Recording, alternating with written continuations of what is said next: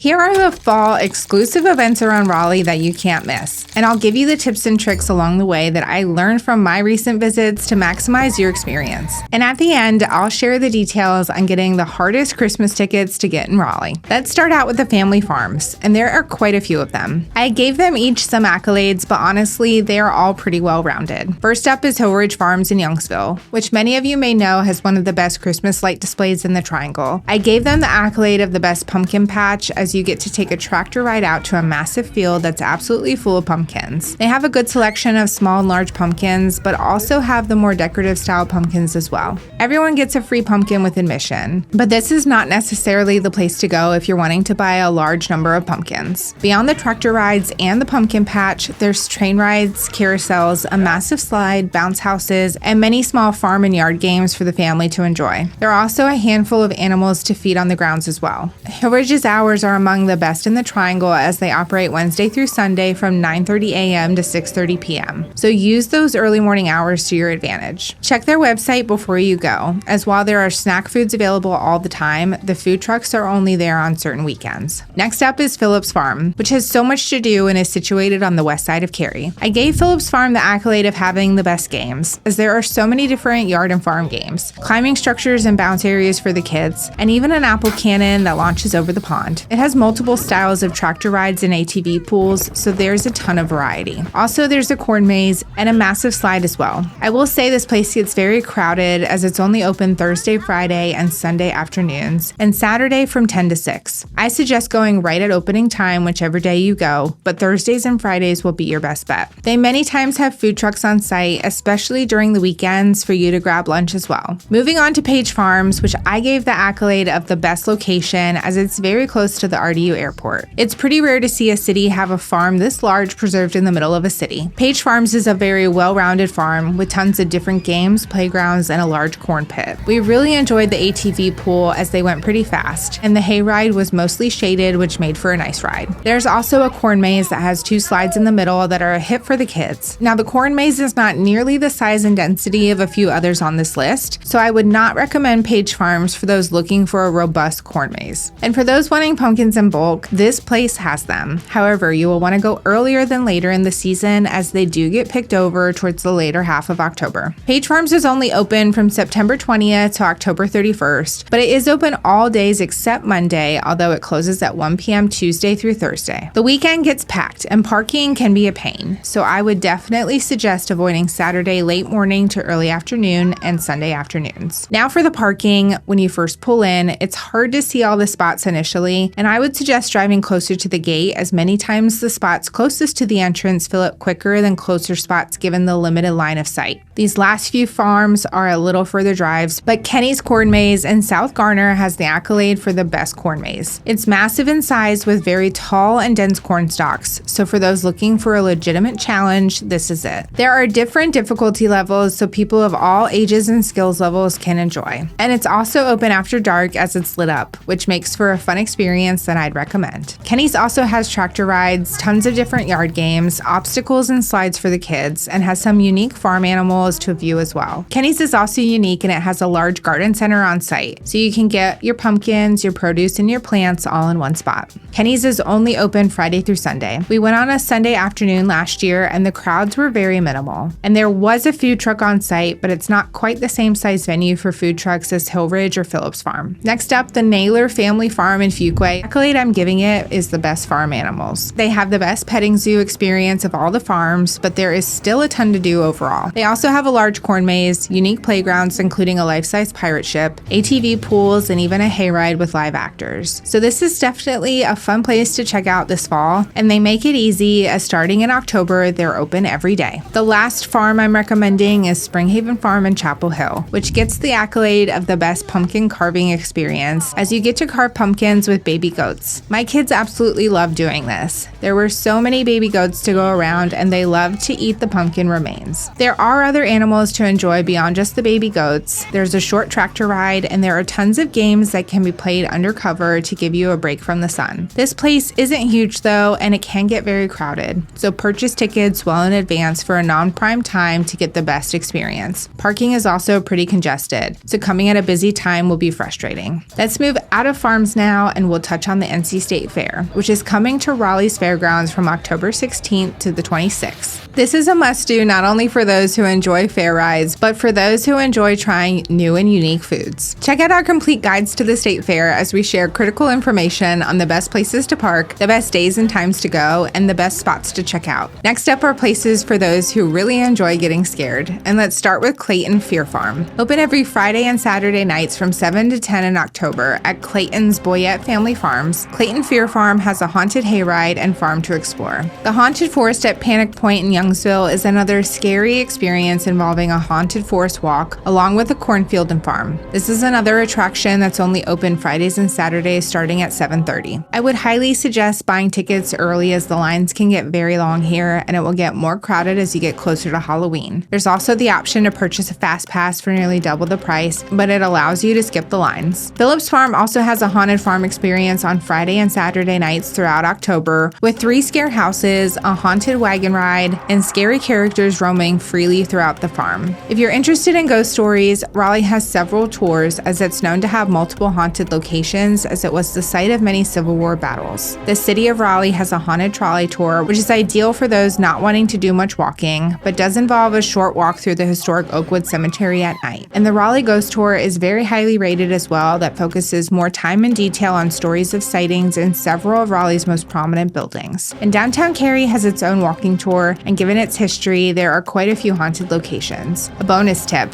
if you want to see the most elaborate and R-rated Halloween decorations, visit historic Oakwood. The whole neighborhood gets into it, but there is one house in particular that has become famous for their display. For those not enjoying the scary side of October, there are other events to enjoy. There are multiple Oktoberfests around the greater Raleigh area that have a variety of beer to enjoy, music, and family fun. And the annual Falling for Local event at Dix Park celebrates local business with large areas of vendor setups, a large number of food trucks, and tons of inflatables for the kids. There's also a pumpkin patch to pick up a pumpkin and ATV pools as well. It's a great event for the whole family. Another event that we have really enjoyed the past few years is J.C. Ralston Arboretum's Moonlight in the Garden. The Arboretum is a great place to take a relaxing walk at any time, but this event opens the grounds up at night and it's completely lit up with colorful lights, unique attractions, along with music and food. This is a ticketed event and it's very popular, so get your tickets early. And last but certainly not least, the most popular fall-time activity in Raleigh are enjoying the outdoors, especially in the parks. With all the wooded trails and lakes around Raleigh, coupled with perfect weather, enjoying the fall colors is a must. My favorites are Lake Johnston and Lake Wheeler to see the leaves amongst the beautiful lakes and trails, the Neuse River Greenway trails that run along the Neuse River, Umstead Park's massive network of wooded trails, and in Durham, the Eno River trails are probably the best hiking in the immediate area. Now for the bonus tip on getting the hardest event ticket in Raleigh, the Holiday Express event at Pullen Park, and the process is different this year. This is key. The event goes on sale early, and this year it starts October 14th at 9 a.m. Historically, some may remember you had to get in a virtual queue, and it was essentially a lottery system, but this year it is simply being done through Ticketmaster. These tickets go fast, so here's my suggestion. Get on Ticketmaster and log into your account at least by 8:50 a.m. Make sure you search for and find the Holiday Express event at Pullen Park and that you have a valid payment ready to go. Now this is critical. Make sure you pick out multiple days and times that you're available, as you may not get your preferred one. I highly suggest not trying for Friday and Saturday nights at 6 or 7 p.m. as all of those are going to be the most popular. You'll have the most luck if you try for a weeknight if you can swing that. Otherwise, you may be stuck with a 9 p.m. train ride time, and let me tell you, it can be very cold and not too enjoyable that late at night with kids. At exactly 9 a.m., refresh the page and go after your tickets. I'll be curious to see how it operates this year and if it makes it any easier or harder to get tickets. So make sure to comment back on this video with your experience. Check out our State Fair guide for insider tips on the NC State Fair, and be on the lookout for our future video on the best things to do around Raleigh at Christmas.